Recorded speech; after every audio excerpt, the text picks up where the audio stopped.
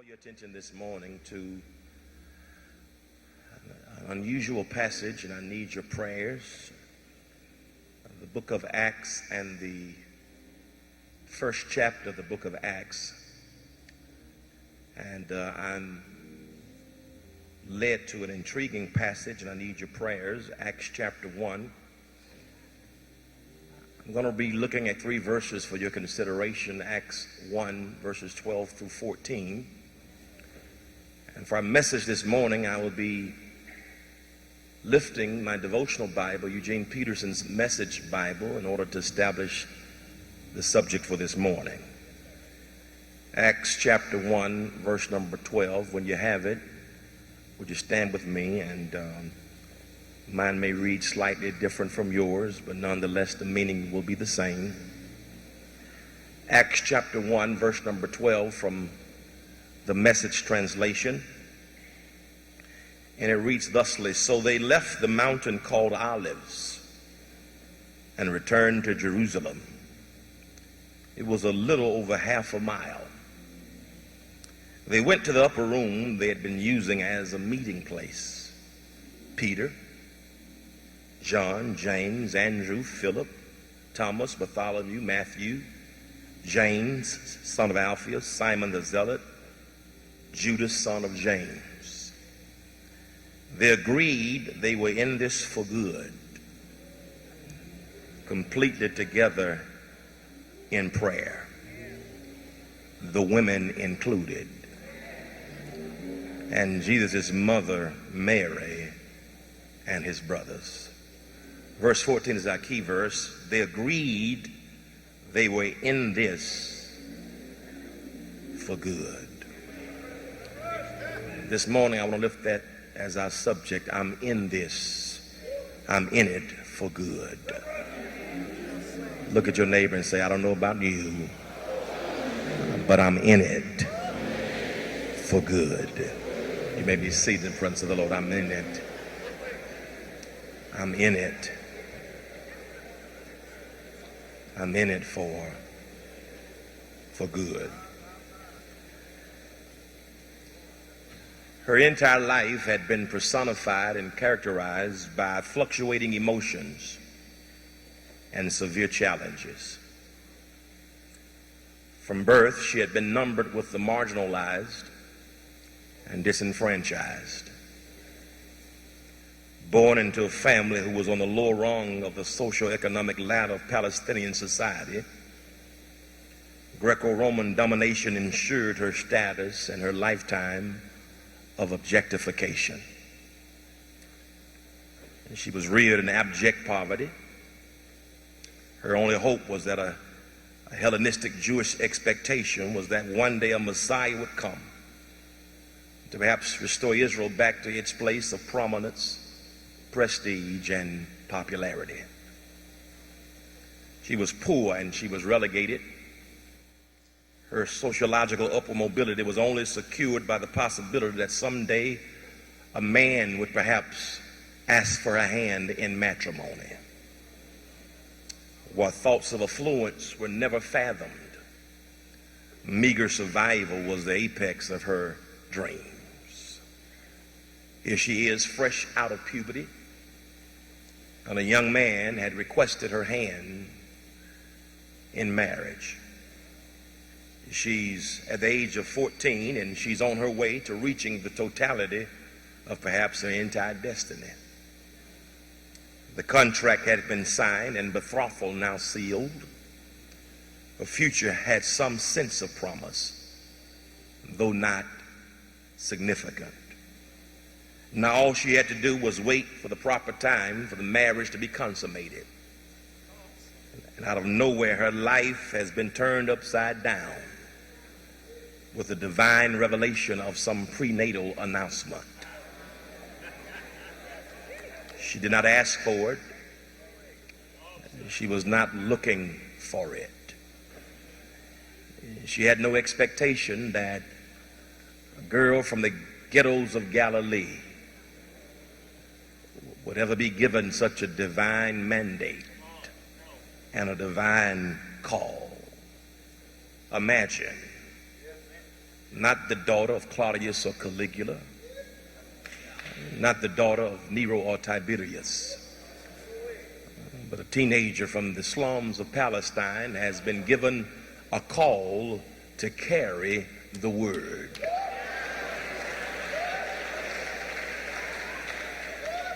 It is an interesting call because now her life lies in the balance.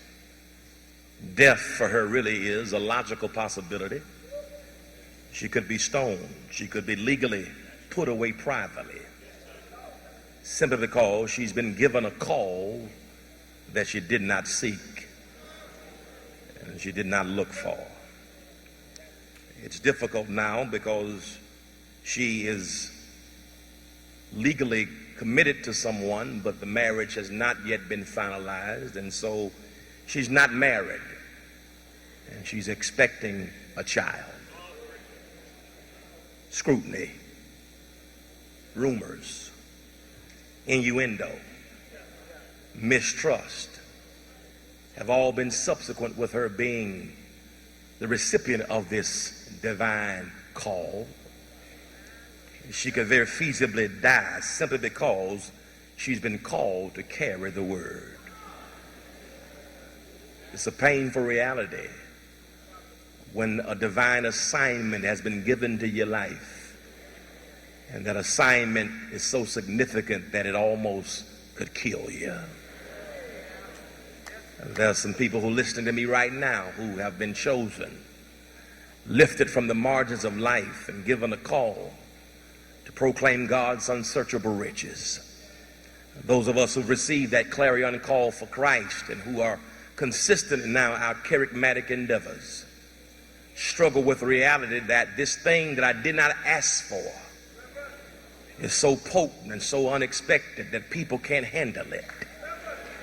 And now individuals are desirous of my own assassination simply because I've been given a mantle that I did not ask for. And she's facing death now because of her call, and she has to give birth in this type of context. In the face of embarrassment, she now has to give birth in an unfavorable context, not in a plush neonatal center there in Rome where Virgil sang or Cicero played, but now she's made to give birth out in some inn, some outhouse, perhaps some basement, some outhouse where animals were kept because there was no room for her in an inn.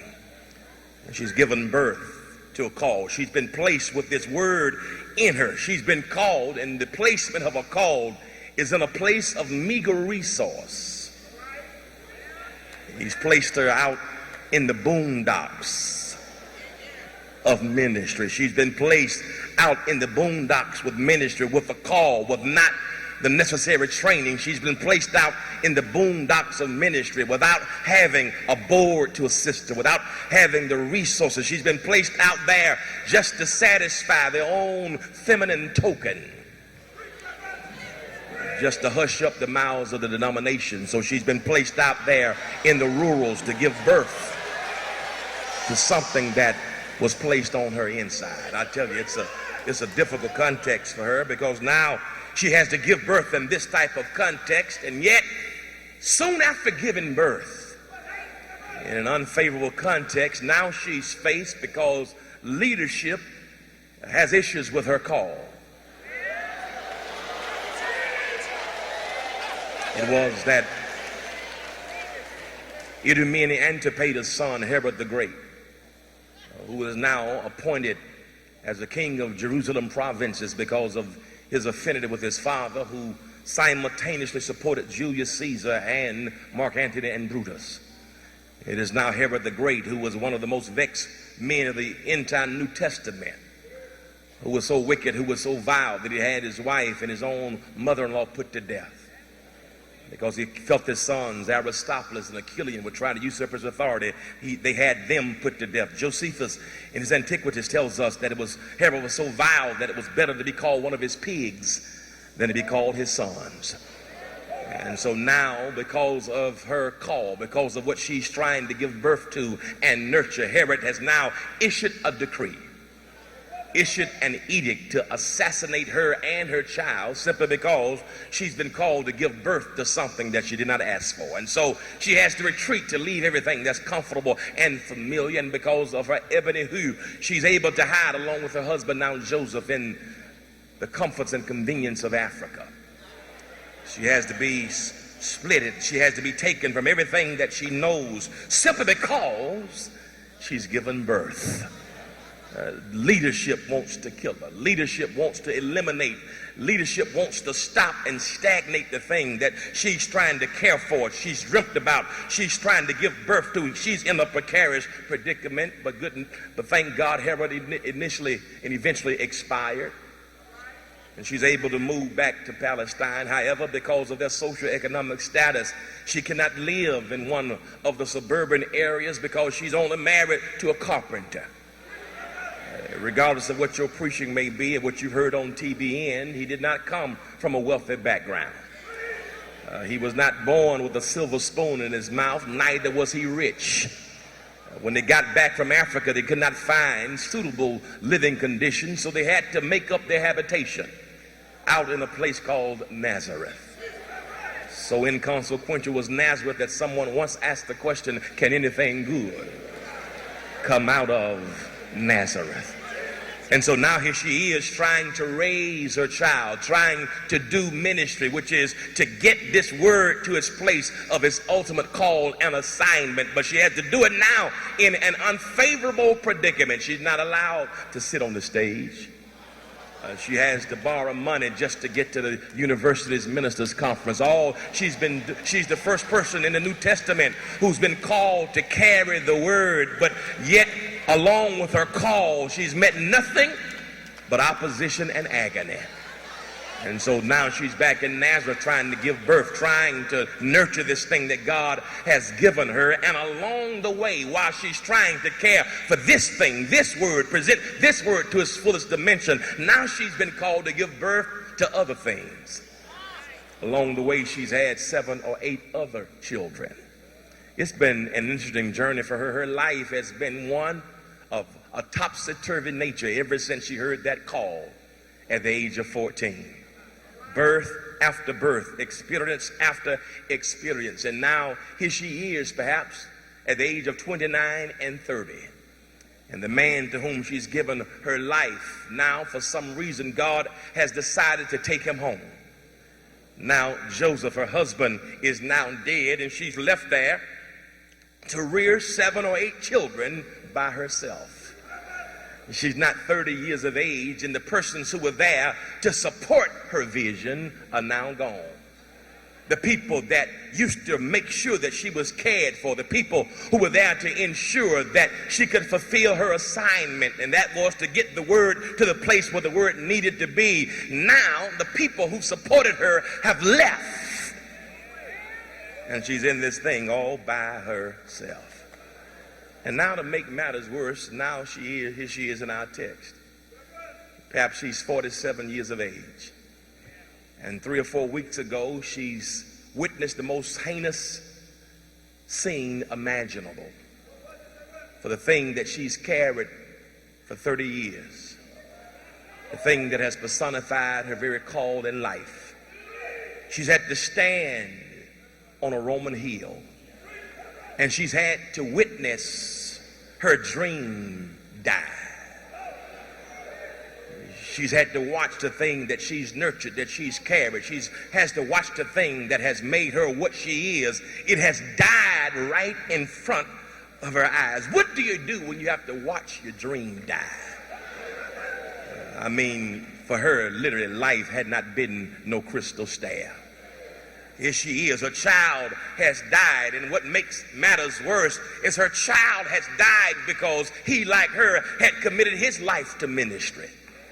And as carrying the word could have killed her in her adolescence by Herod, what didn't kill her, how Herod didn't kill her, Pilate has now killed her dream. Her dream has died in front of her eyes, and here is the reality: her dream has died and ministry has killed her dream. What happens when ministry becomes a murderer? And what happens when the thing that you've nurtured and cared for has had to die in front of your eyes? And here she is, flowers still fresh from her son's tomb. Here she is, a funeral program still on her living room table.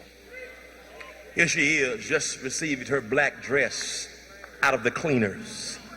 Here she is, still with leftovers in the refrigerator where friends had brought food by prior to the funeral and prior to the burial. Here she is. And with all that she's gone through, if there was anybody who deserved to have a few drinks of alcohol, it should have been her.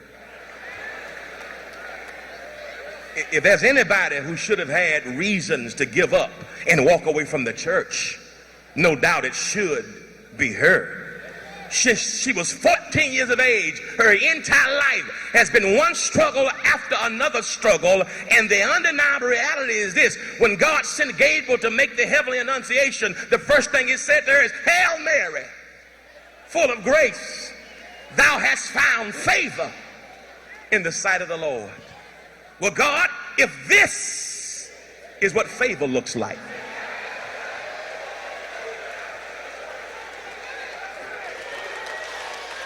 almost killed at 14, running from my life from Herod. Got to be raised and rear this thing. I'm a child myself. Got to raise the child in Nazareth, the husband who is a carpenter, dead by the time I'm 30 years of age, trying to raise 8 kids with no 401k, no 403b. I'm not 50 years of age, can't get married again. And the thing I've given birth to has died in front of my eyes, and ministry killed him.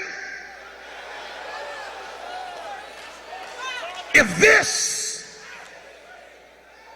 is favor,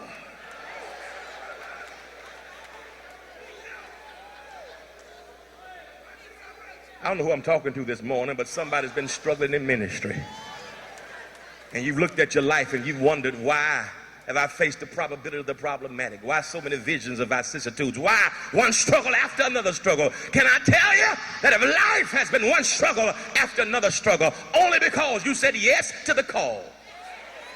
I've got good news for you. You're in good company.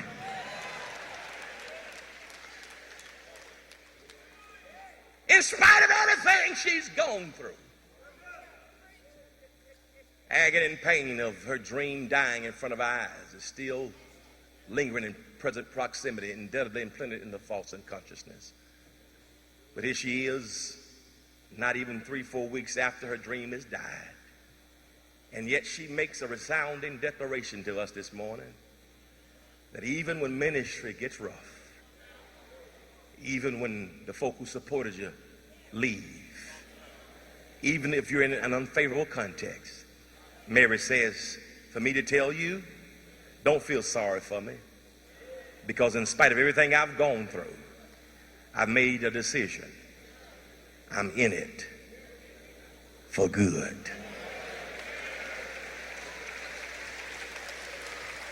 And I came to encourage somebody this morning that maybe you're dealing with devilish deacons and perpetrating preachers, tricky trustees, ugly acting ushers, mean mothers, and crazy and confused choir members, perplexing predecessors, sorry successors, and sorry in spite of anything you've gone through.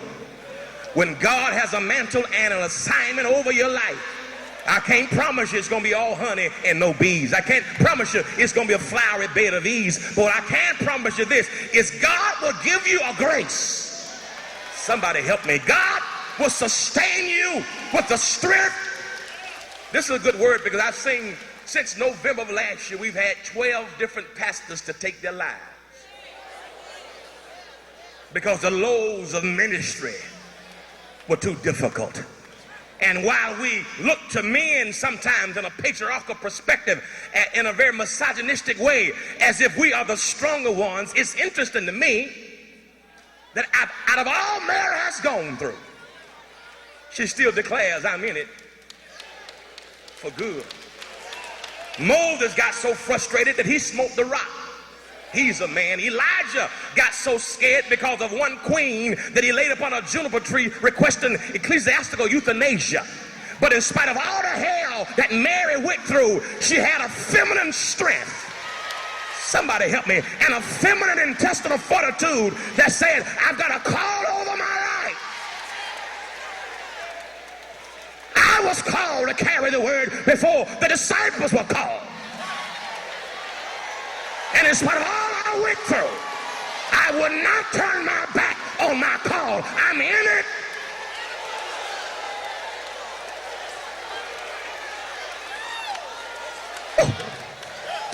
I'm in it for good. And maybe I'm talking to somebody right now who feels like writing your resignation letter, going back to corporate America, throwing up your hands in a classic gesture of despair. I don't need all this.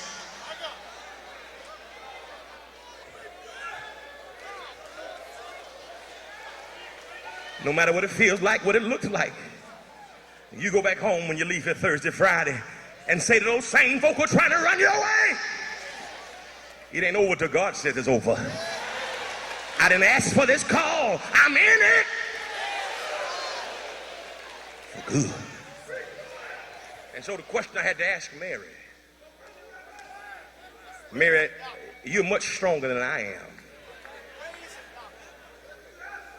I would have become reprobate. I would have turned back many years ago. How in the world are you still in it? How are you still connected with ministry when ministry seemingly has made your entire life miserable?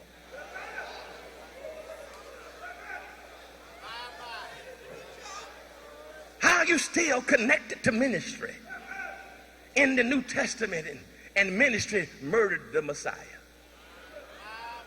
He said, well, the reason why I was able to be in it, Dewey, there's some principles I want to lift for you, because some of you may feel like giving up. Some of you may be stuck in quandary, in the quagmire of contentment and pseudo-complacency. But she told me to tell you, but you can have the resolution to be in this thing, regardless of what it feels like. When, number one, when you realize you need patience. You have to realize you need patience. She says, listen, even though ministry killed my son, he was resurrected, and he told me in verse 4, he said unto me and a few others, he said, while I was around them, he was assembled together with us, and he told us, listen, don't you leave Jerusalem. Verse 4, but I want you to wait for the promise of the Father. She said, I almost gave up. I could have given up. But before my weakness gave way to weariness, I had a word from the divine. And the word was, Mary, don't you go nowhere. Don't you write a letter of resignation, but I want you to wait in this same place, because after all of your struggles, after all of your sorrows, there is a certain lesson and blessing that only comes with you being patient. Let me talk to the new pastor who's already frustrated, who's already trying to walk away after 4 years of ministry, because what's happening in your ministry is not what's happening in the ministry across the street to the pastor that's been there 15 or 20 years, and you're trying to do in 3 years what it's taken them 15 years to build, and you go and fussing at the people, cussing at the people as if something is wrong with them, not knowing that often God has to place you in a process in ministry. He's trying to process some stuff in you and also process some stuff in them, because if you get to your promise without process, then life can be pitiful. And so stop going there trying to fight the wolves in the sermon rather than feed the sheep in the sermon, and realize that sometimes ministry is like a subway. Sometimes the subway and the subway train is moving, although it's underground. It may not be visible, but just because something is not visible does not mean it's not valuable.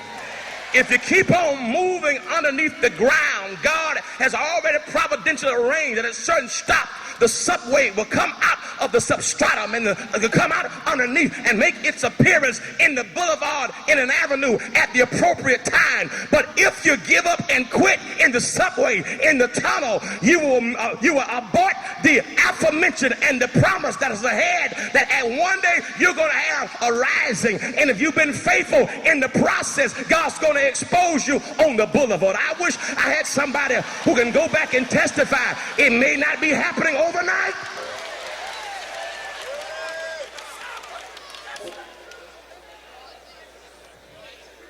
Job said, though he slay me, yet will I trust in him.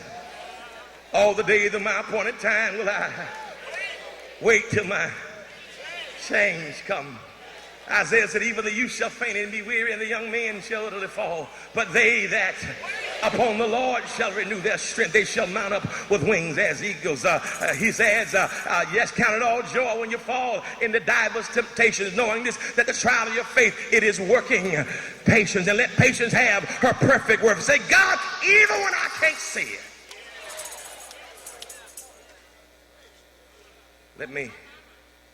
can't give up, because I realize I gotta have. Stop rushing yourself. Stop rushing to be a bishop.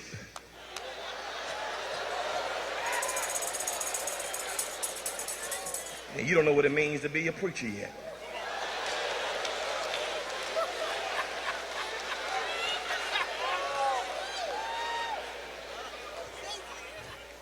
I'm tired of seeing so many 23-year-old chief apostles.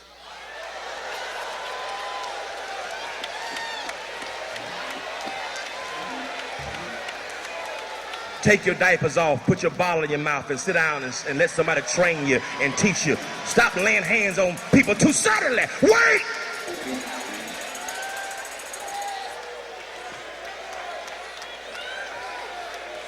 See, sometimes your gift can get you into a door, but if your character is not there to maintain you, sometimes there's danger in being exposed too soon. She says, you know, I realize that I need some patience, and that's why I'm still in it for good. But not only do I realize I need patience, secondly, she says, I resolve to have the right perspective. I resolve to have the right perspective, because we went to him when he told us to wait, and we said back to him, now listen, Lord, is it at this time that you're going to restore Israel? Are you going to restore the kingdom back to Israel? Are we going to have equality and social justice now? Are we going to be restored? Are we going to come from being a disproportionate number of persons in prison in every single category with the lower rung, black and brown peoples? At what point are we going to have restoration? At what point will we look like what we looked like when we were at the University of Timbuktu in the city of Sonkore? At what point will we return to being kings and queens in these yet-to-be United States? At what point are you going to bring about restoration? And he told us, listen, you worry about the wrong things.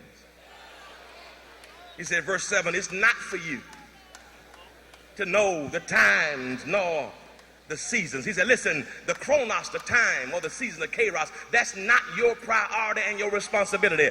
Your responsibility is not the seasons, but being spiritual. It's not the time, but being trustworthy and trusting in God. So here's the right perspective. Let me liberate you. One of the things that liberated me was when I understood being able to go before the people, and when questions are asked, one of the most liberating things for me is to be able to say as a pastor, I don't know.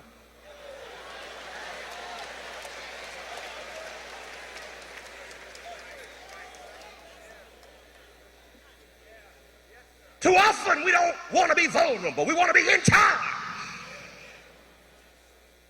So we come up with all these campaigns, all these ideas that we think are going to facilitate division.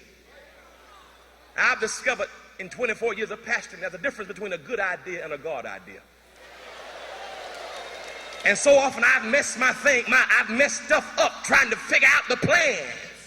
When God says it's not for you to figure out the plan. It's for you just to obey. So when God gives me a vision now, I don't worry about telling people how we're going to pay for it, because that's not the right perspective. Well, how are we going to pay for it, preacher? I don't know. All I know is what he said. And if he ordains it, he'll maintain it. If it's his choice, it's his invoice. If it's his will, it's his bill. If you step out and trying to figure it out and say, God, I don't know, it's in your hand.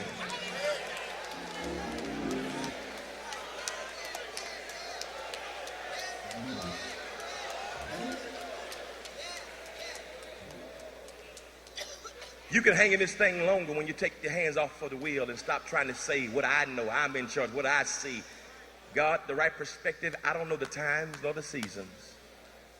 All my perspective, I'm simply going to obey and do what you said. Faith is believing in the already in the midst of the not yet. I trust you even when I can't trace you.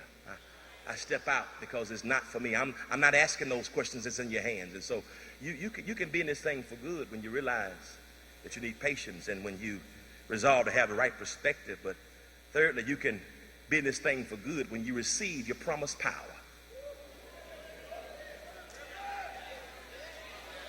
He says, listen, I can't give you all the answers, but here's what I can give you. But ye shall receive.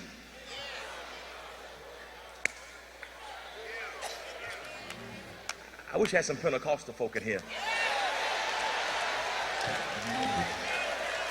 But ye shall receive.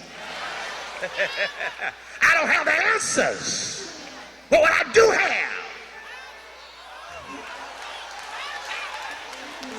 God will give you an anointing when you don't have the answers.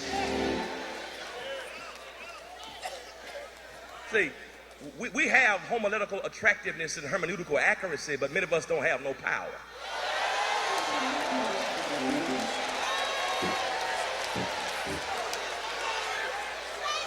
Yeah, you look good. You got St. John's on. You got, yes, your Ferragamo's on. But do you have power?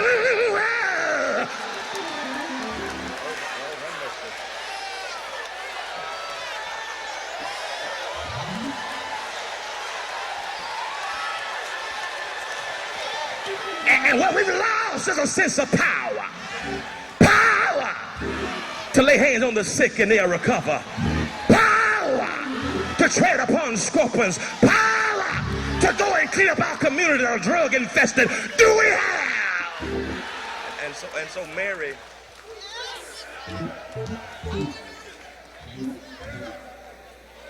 when the economy is unfavorable and conditions aren't working on your behalf, he'll give you power to sustain you. Somebody give God praise right there for power, even in bad times. That's the only reason why we didn't give up, because he gave you power. That's the only reason why you didn't let it go. That's the only reason why you didn't put a gun to your head.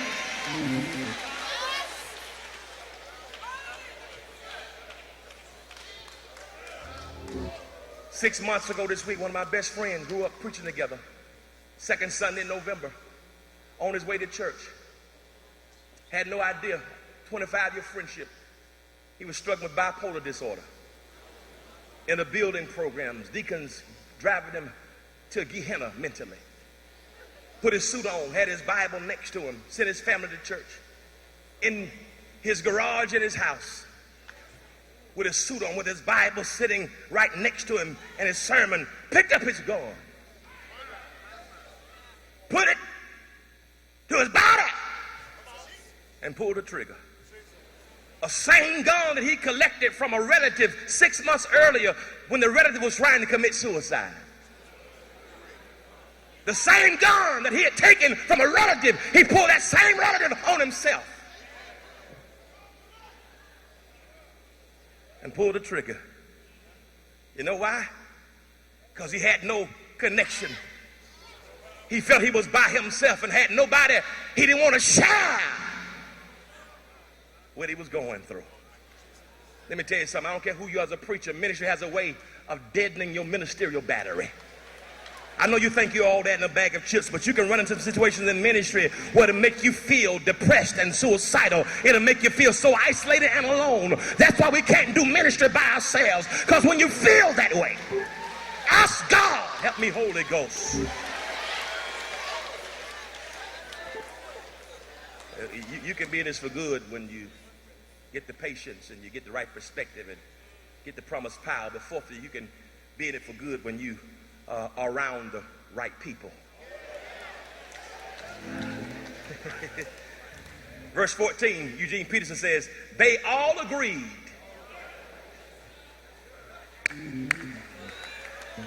They agreed we're in this for good. Here it is, completely together.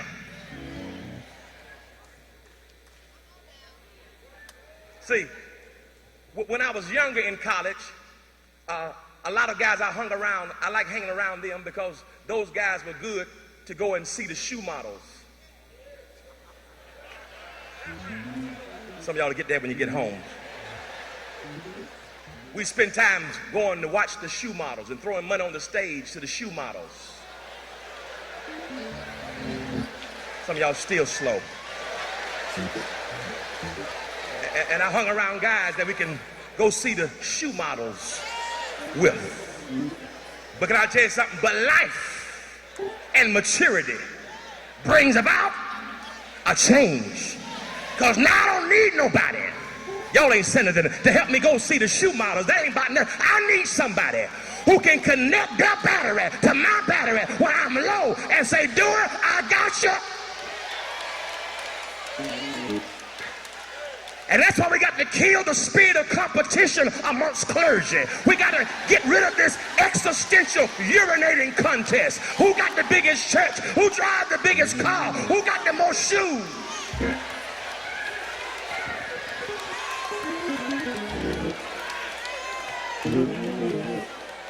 We struggle inside us because we don't have nobody we can talk to. But I'm praying God will put people in our lives who won't judge you when you struggle. Y'all not saying nothing. Who's not trying to cremate you, they're trying to compliment you. Can somebody say, give me some right partners?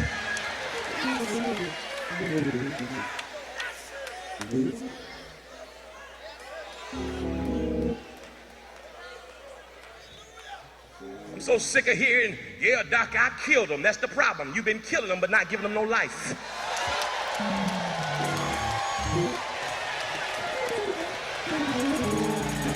Change your association. Put yourself around people who are serious about ministry, serious about kingdom building, serious about justice, serious about community development, serious about biblical authority.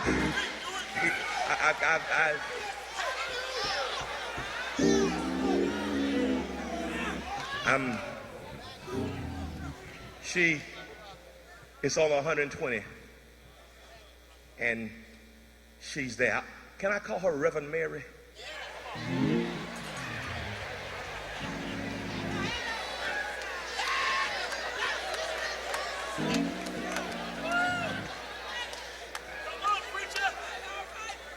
They were completely in prayer. The women included.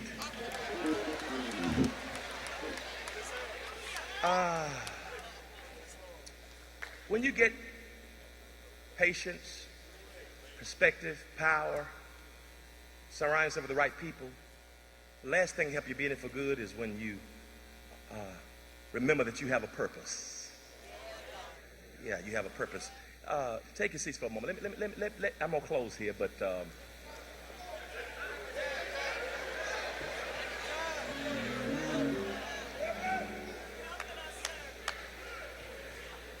how in the world is Mary still with the church?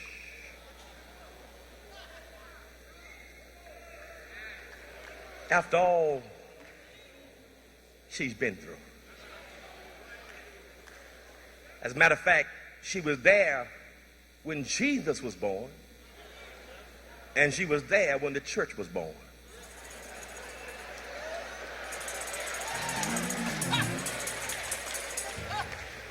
She has both a Christological and a pneumatological hermeneutic. She was a part of two different births. And here she is with the 11 disciples, and she's numbered with the other women. But what got me here is that the text says it was not just Mary, but his brothers. Mark 6:5, Mark chapter 6, verses 1 through 5, gives us the name of Mary's children. She had sons and she had other daughters. And some suggest maybe Joseph was older and Joseph had kids before they married, that they were not Mary's kids, they were Joseph's kids. But I believe that biblical research evidences the fact that they were her biological children. So she had 7 other children other than Jesus. Now the challenge is, although these were her children, they did not believe in Jesus. Raised in the same house, but didn't believe in it. When Jesus needed to borrow a boat to go fishing, according to Luke chapter 5, he couldn't get the boat from his brothers because his brothers were not there. When he chose his 12 disciples, he could not pick any disciple from his half-brothers because none of his half-brothers were there. When he wanted to feed his church, it was Philip and Andrew who perused the crowd to find the little boy's lunch of 2 fish and 5 barley loaves. He had to depend on Philip and Andrew because his brothers were not there. When he cried at the tomb of his friend Lazarus, his brothers were not there to console him and to bring tissue to wipe his eyes. Are you going to help me here? His brothers were not there. When he made his triumphal entrance into Jerusalem and needed something to ride upon, he had to send some disciples into Bethpage to tell the citizen who owned the tied coat there to bring the coat to me. And if they ask you, why do you need the coat, just tell them the Lord have need of him. He had to send some disciples because his brothers were not there. In that upper room, he took unleavened bread and distributed it to his disciples. Said, take, eat, this is my body, which is given and broken for you. Took the cup, passed it to those who were around the table. He had to give it to the 12 because his brothers were not there. When he went to the Garden of Gethsemane to pray, when his soul was exceeding sorrowful unto death, he had to take Peter, James, and John to stand with him for an hour. Why? Because none of his brothers were there to intercede with them, to intercede for him. When Peter came and denied him, and when Judas came and kissed him with the kiss of betrayal, Peter took out his sword and cut off the servant's Malchus' ear. Why did Peter cut off the sword? Because his brothers were not there. Are y'all gonna help me preach here? To defend him. And when he died on that hill called Golgotha, he looked at his mama and said, woman, behold thy son. Son, behold thy mother. He was talking about his mama and John. He had to give his mama to the charge of John. Why? Because none of his brothers were there at the cross for him to put his mama into the hands of good care. So my problem is this. St. John chapter 7 verse 5 said that his brothers didn't believe in him. His own brothers didn't believe he was the Son of God. What they didn't realize, they had issues with him, but unintentionally had issues with their mama. Because to say, Jesus, we don't believe you're the Son of God, that suggests that, mama, you lied to us about who you were with before you met our daddy.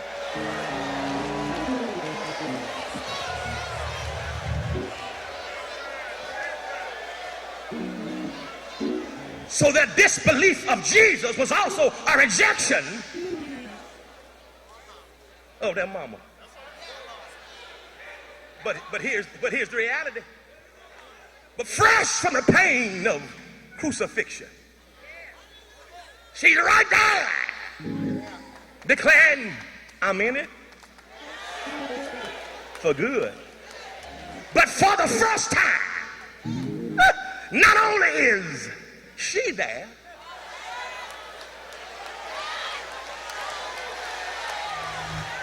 his Brothers. See, here's the problem. Many of us think that Mary, co-redemptrix of Pope Sixtus the 10th, and Unified Decimus Duh, was she co-redemptrix, a co-savior? Was she an immaculate conception? We've limited Mary to incarnation.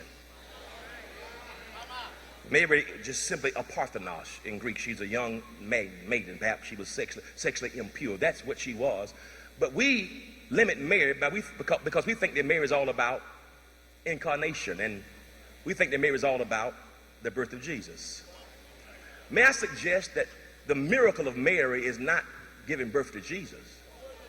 She had nothing to do with that, other than just be available. The miracle of Mary is not incarnation, but the miracle of Mary is the redemption of her other sons. Because Mary does for her sons what Jesus couldn't do.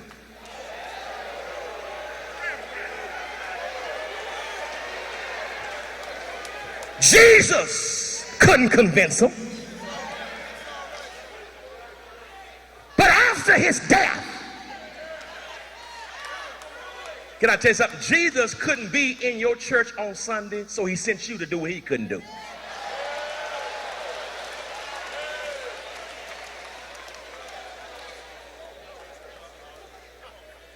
How did she get him in church? Look at him. Look at Reverend Mary. I believe she calls a meeting still with tears in her eyes, still with a black veil around her face, and says, "Fellas, you may have disrespected him in his life, but let me share something with you. I gave my life for him. I committed everything to get him to where he needed to be. And the reason why I'm in this thing for good is because when Herod could have killed me,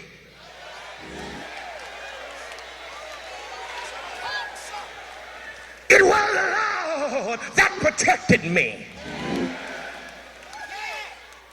Out of every girl in Galilee who could have been used to give birth to the Son. Now, let me say something. There are times that you got to minister to people who don't believe in you.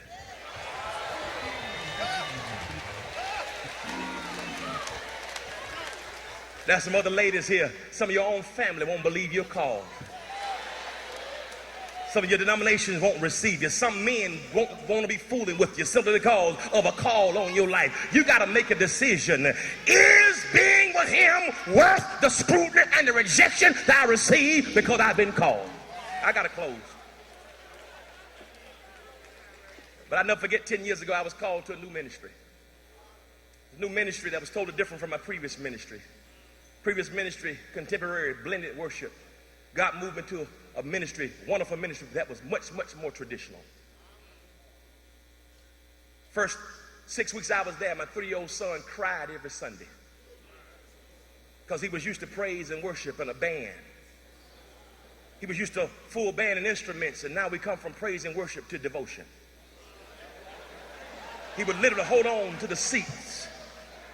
I would have to pry his hands from across the chair to get him to church for the first 2 months. I thought it was okay until I started looking at my wife and saw displeasure in my wife. Came from a ministry where we were free and women could wear pantsuits and casual Sundays to go to a church where you had to wear stockings and a dress and a skirt every Sunday.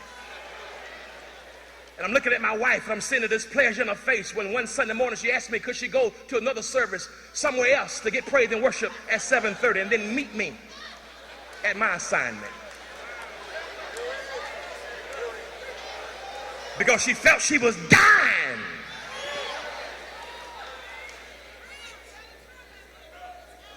I never shall forget the second Sunday in March 2004, I pulled them to the side. After being there for 4 months, I said, listen, I'm talking to you, mama, and you, 3-year-old little buddy.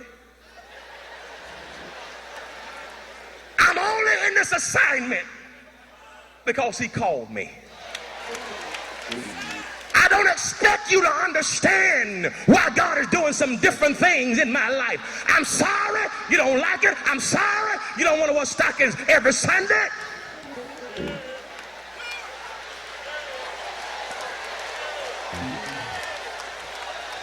But we ain't going nowhere. I'm in this for good. And as for me and my house, we will. And I'm proud to announce now, 10 years later, that my 13-year-old runs to go to church now. I'm proud to announce now that my same wife, 2 months later, said I'm wearing pantsuits this Sunday. Whether you like it or not, y'all ain't saying nothing with me.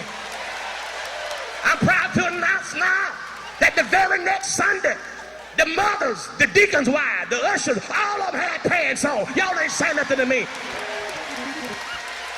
Because if you make up in your mind that I'm in this for good, I'm here to tell you God will give us what he gave Mary. And he gave Mary redemptive possibilities. Because do you not know that 2 of our sons, James and Judas, 2 of the same ones who would not follow the ministry of Jesus, but because of Reverend Mary's ministry, not only did she birth Jesus, not only did she birth the church, but she got power to become witnesses, to get her own children involved in ministry. As a matter of fact, the book of James and the book of Jude were written by her 2 other sons.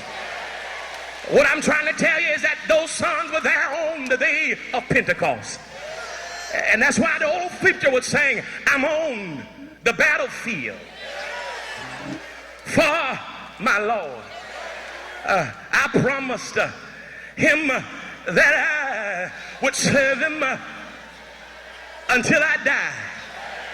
Oh Lord, I was alone and idle,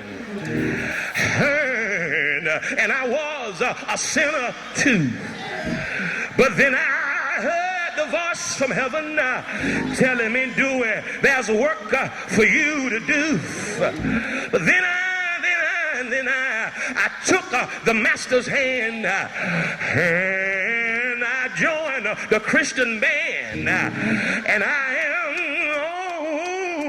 on the battlefield for my Lord.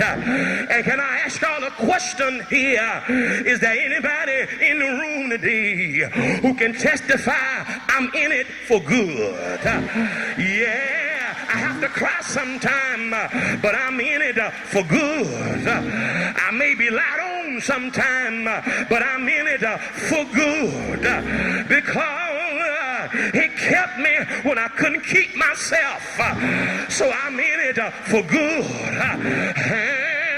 He got me through college and seminary, and so I'm in it for good. He kept me, yes, Lord, when I was out in the world doing what I wanted to do. I should have had AIDS and all types of STDs, but somebody else can testify along with me. I'm in it for good. And look at somebody and tell your neighbor,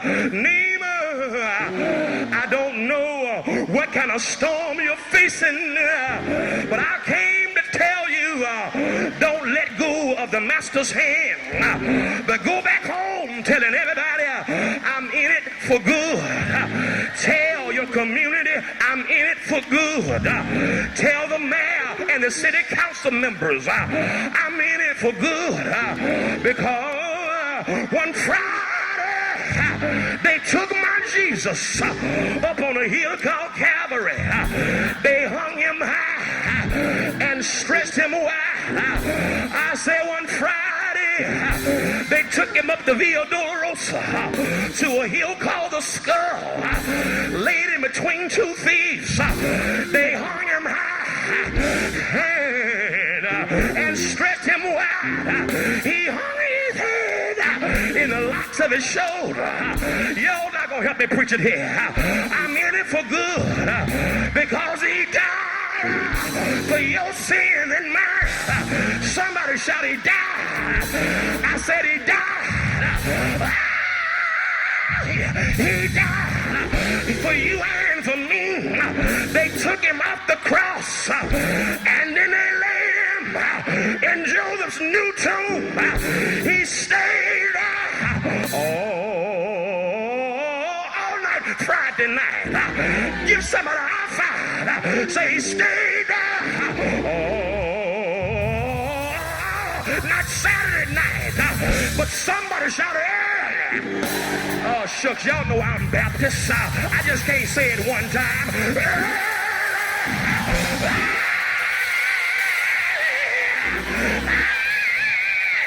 Sunday morning, he got up with all power.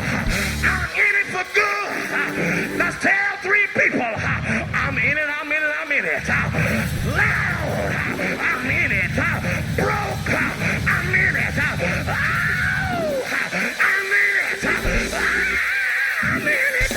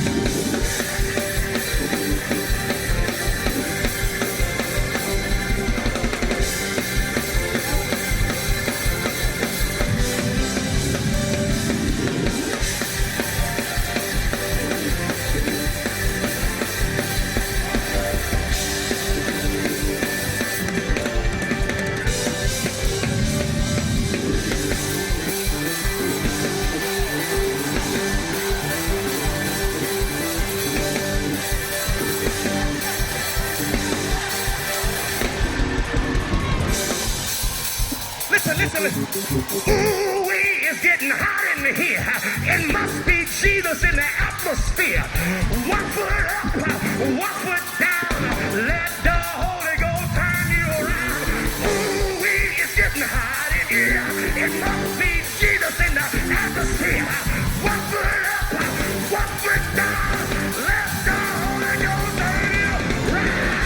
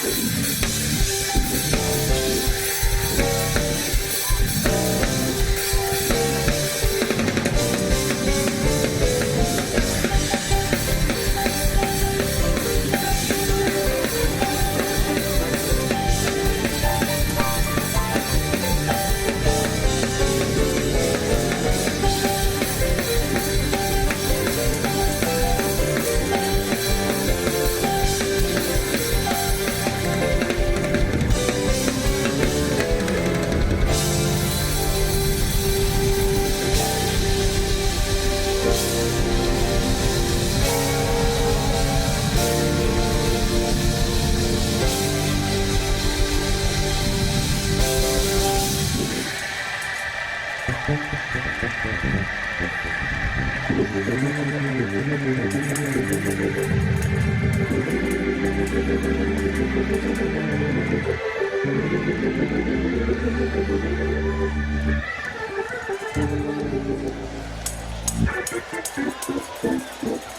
you give the Lord praise for the Reverend Dr. E. Dewey Smith? Oh, my God.